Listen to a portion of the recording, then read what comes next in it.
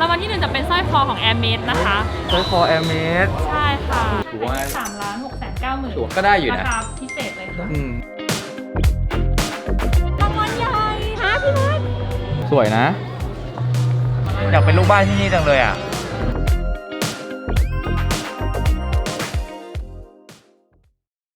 สวัสดีครับพี่ดีต้อนรับเข้าสู่ช anel นัทพิวิทย์นะครับผมช่วงนี้คือมันแบบเฟสทีฟจริงๆไปไหนมาไหนก็มีแบบไ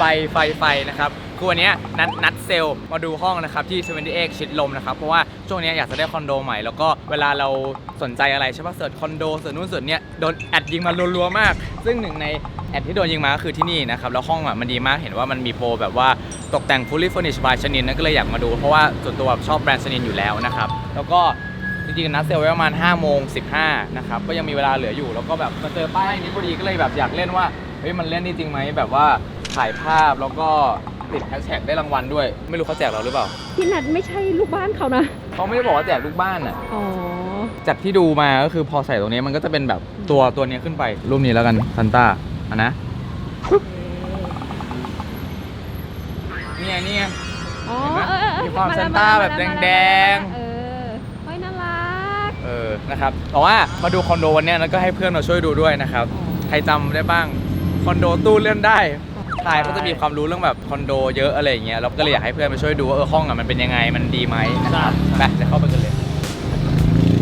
สวยมากเดี๋ยวตอนกลางคืนน่าสวยกว่านี้ออกมาถ่ายรูปใหม่ใช่เราว่ามันน่าจะเห็นชัดขึ้นข้างในเขามีงานอะไรกันด้วยงานอะไรอ่ะเป็นงานต้อนรับนัทหรือเปล่าเขารู้ว่านัทพิพิธจะมาเดินดูคอนโดโอ้ยิ่งใหญ่อยู่นะอุ้ยไม่ใช่เราแล้วไม่แน่ใจว่าอะไรมีคนเข้าบ้านนะครับใช่ค่ะโอเคที่นัดมาดูห้องวันนี้อ๋อค่ะได้ค่ะแต่ว่าผมอยากรู้ว่าตรงนี้มันคืองานอะไรครับวันนี้นะคะก็จะมีการจัดงานเป็น78ชิดลมวิเชษนะคะก็จะเป็นงานที่สำหรับขอบคุณลูกบ้านโครงการ78ชิดลมเรานะคะแล้วก็จะมีกิจกรรมภายในงานก็คือจับลัคกี้ดอค่ะแล้วก็จะมีของรางวัลให้กับลูกบ้านที่โชคดี28รางวัลรางวัลที่1จะเป็นสร้อยคอของ Hermes นะคะสร้อยคอ Hermes ใช่ค่ะถ้าเกิดว่าซื้อวันนี้แล้วก็มาใส่ชื่อทันไหมฮะวันนี้เดี๋ยวต้องขอเป็นกรณีพิเศษให้นะคะจองเลยไหมคะจองเลยผมไม่ดูแล้วจะไปสร้อยเราอยากดูห้องก่อนใจเย็นไปดูห้องก่อนดูเดี๋ยวพาไปดูห้องหน่อยครับแต่ว่าคือมี28รางวัลเลย28รางวัลห้องที่เราดูมันจะเป็นห้อง two bedroom นะครับเพราะว่าไหนๆก็ซื้อแล้วก็แบบเผื่อจะอยู่กับที่บ้านอะไรเงี้ยย้ายมานี่หมดเลยห้องนี้นะคะจะเป็นขนาด 2 bedroom 75 ตารางเมตรนะคะก็ถ้าเป็นในส่วนของสไตล์การตกแต่งจะเป็นลักษณะของ urban luxury ตกแต่งโดยชนินนะคะก็จะเป็นเซตเฟอร์นิเจอร์ทั้งหมดเลยคือทุกอย่างเฟอร์นิเจอร์โซฟาแล้วก็แบบการออกแบบพวกของโต๊ะอะไรเงี้ยของชนินหมดเลยใช่ค่ะของชนินหมดเลยคือเดี๋ยวอธิบายชนินให้กับคนรู้หนึ่งคือชนินเนี่ยมันเป็นเหมือนบริษัทที่นำเข้าพวกเฟอร์นิเจอร์จากต่างประเทศที่แบบมีดีไซน์สวยๆลักชัวรี่เข้ามานะครับแล้วก็มาขายในไทยซึ่งแต่ละตัวคือแบบราคาคือแบบว่าโคมไฟแบบ1 ล้านโซฟาแบบครึ่งล้านโต๊ะอะไรแบบ400,000 500,000แล้วก็อีกก็คือแพงมากนะแต่ละอย่างนะครับซึ่งห้องเนี้ยถ้า fully furnished จริงๆแล้วอ่ะ23.6 ล้านเนาะก็ถือว่า3,690,000ถือว่าก็ได้อยู่นะราคาพิเศษเลยค่ะแล้วถ้าเกิดว่าได้ห้องแบบนี้เลยเพราะมันดูแบบเฮ้ยมันก็คือพร้อมอยู่เลยสวยมากนะครับมันฟีลแบบค่อนข้างดูแบบลักชัวรี่เลยอ่ะคือชอบตรงนี้มากชอบมากๆเพราะว่าคือระดับเลเวลมันคือนั่งแล้วสบายมากแล้วก็ชอบที่มันแบบมันไม่ได้ฟิกซ์กับพื้นอ่ะคือมันก็หมุนได้เขาลองหน่อยมันดีมากเหมือนฟิลเก้าอี้ทำงานใช่แต่ว่าคือเลเวลแบบเป็นเก้าอี้เอาไว้นั่งพักเพราะปกติเก้าอี้แบบนี้มันจะฟิกซ์ใช่ป่ะมันจะหมุนไม่ได้ใช่ว่ะสบายปะมันแบบว่าดูทีวีแบบว่าจะคุยกับเพื่อนแล้วก็ดูต้นมะกอกแล้วก็ดูวิวอย่างเงี้ยฝากเปิดวิวเท่าไหร่ครับเบ1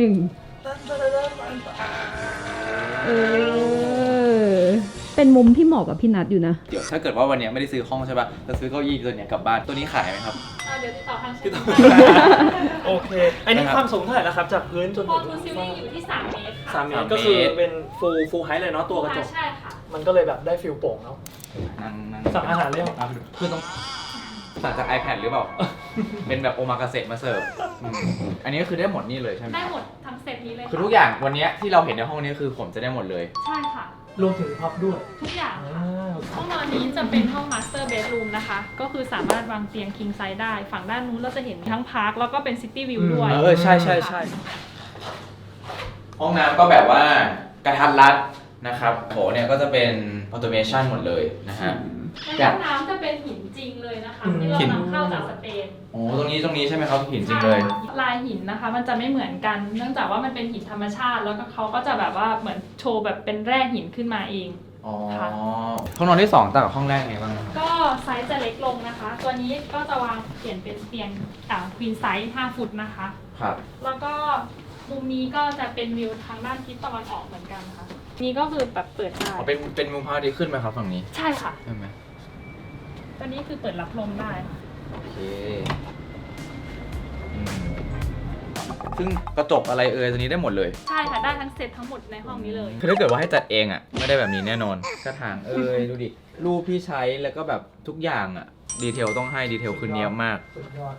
ก็จะเป็นห้องเขาจะรวมแบบว่าสำหรับห้องนอนเล็กแล้วก็ส่วนกลาง ก็คล้ายๆกันฟิลเดียวกันกับตัวมาสเตอร์เลยน่าจะไซส์ใกล้ๆเคียงกันเลยเนาะ ไซส์เล็กกว่านิดนึง นิดนึงนะครับอันนี้จะเป็นคิทเช่น มาดูครัวกันยิ่งใหญ่มาก ครัวมีอะไรให้บ้าง ตร ครับ งนี้นะคะสำหรับ 2 bedroom ก็จะได้สำหรับเตาไฟฟ้าเป็นแบรนด์ Copper Bush จากเยอรมันนะคะ เป็น4หัวแล้วก็จะมีเตาอบเพิ่มไมโครเวฟจะอยู่ทางด้านหลัง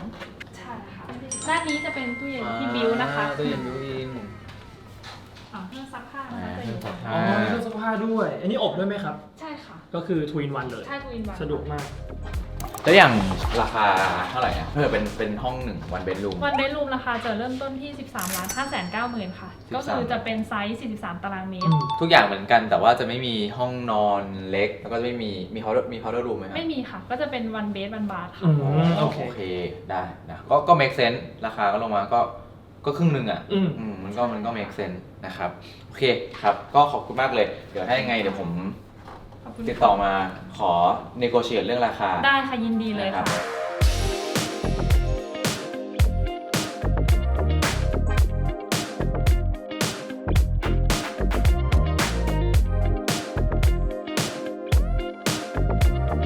ไปดูไป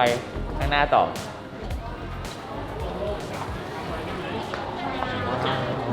สวย บรร เนาะ ยากาศคือแบบคือคักมากเลยอ่ะไว้มันดีมากเลยอะ สมมติว่าอยู่ที่นี่เนาะลงมาปุ๊บแล้วมาเจอแบบอีเวนต์อะไรอย่างเงี้ยมันก็รู้สึกว่ามันรู้สึกสดชื่น มันเป็นลูกบ้านอ่ะลูกบ้านที่ต้องภูมิใจ ใช่ แบบว่าฉัน อีเวนต์ยิ่งใหญ่ แบบโครงการฉันมีการจัด ใช่ อีเวนต์ยิ่งใหญ่แบบไม่ต้องไปข้างนอกคริสต์มาสก็มีอะไรลงให้ถ่ายรูปอะไรอย่างเงี้ยไปตรงนู้นกัน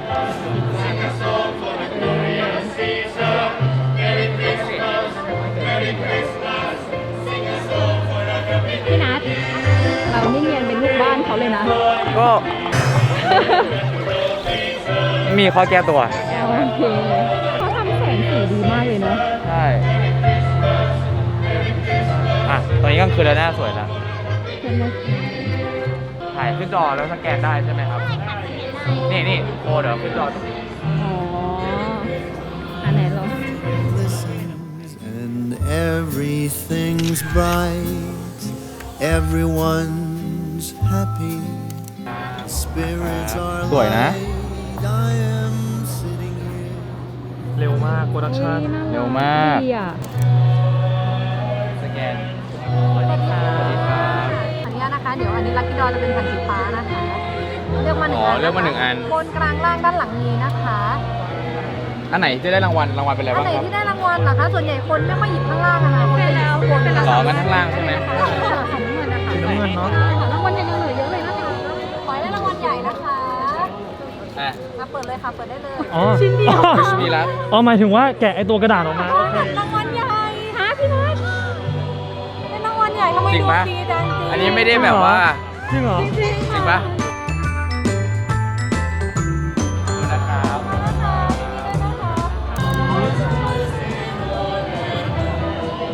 เฮ้ยเหมือนอยู่ในโบสถ์เลยพี่นัท ได้เลยครับ ขอบคุณครับ เอาเนียนหนึ่ง ชอบความแบบเฟสทีฟแบบว่าความมีกิจกรรมเยอะๆ แล้วก็แบบแบรนด์ที่มาร่วมก็เป็นแบรนด์แบบพรีเมียมอะไรเงี้ย แล้วคือนัดโชคดีด้วยที่แบบว่าได้รางวัล ดีใจแทน เป็นอะไรเหรอครับผม เป็นเทียนหอมค่ะเทียนหอมดอกไม้แบบนี้ ก็คือไว้ทำเองได้เลย ใช่ค่ะ งานดอกไม้ก็ไม่ค่อยถนัดจะรอดไหมอะโค เรา ทำไปเดี๋ยวมันก็สวยเองพี่นัทอะไรที่เป็นดอกไม้ก็สวยหมดอะ เนาะเวันนี้สวย พี่นัทตอนเนี้ยเราเหมือนเน้นเยอะอะไม่ อะไรนะ สวยงาม โอ้ยหนูก็ทำสวยเติมอะไรเขียวๆลงไปชมบน หรอ จะได้คัลเลอร์ฟูลใช่ไหมฮะ ค่ะ อ่า เขาไปเอาเองเป็นที่มาจากไหน อ่ะโอเค เขาดูสงสารพี่นัทนะ อยากเป็นลูกบ้านที่นี่จังเลยอ่ะ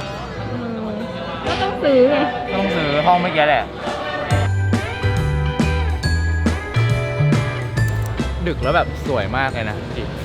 เห็นไฟชัด เดี๋ยวไปเล่นในนี่ต่อนะเป็นสโนว์แมน อุ้ยสวย สวยเลย สวยมาก 28 Witches at 28 ชิดลมนะครับทุกคน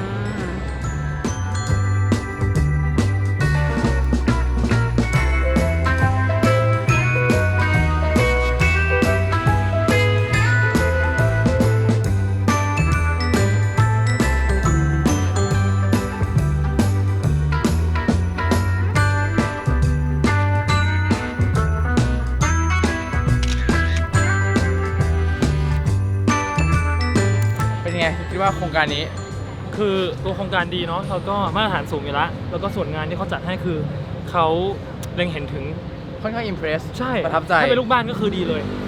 เพราะว่าแบบเพื่อนๆเนี่ยก็อยู่คอนโดใช่ป่ะแล้วก็ช่วงเนี้ยก็ไปวิสิตคอนโดเพื่อนมาแบบบ่อยเลยแต่ว่ารู้สึกว่าไม่ได้มีอะไรจัดพลังเท่านี้นะมีกิจกรรมส่วนกลาง มีจับรางวัล มีแจกของ ใช่ มีแบบ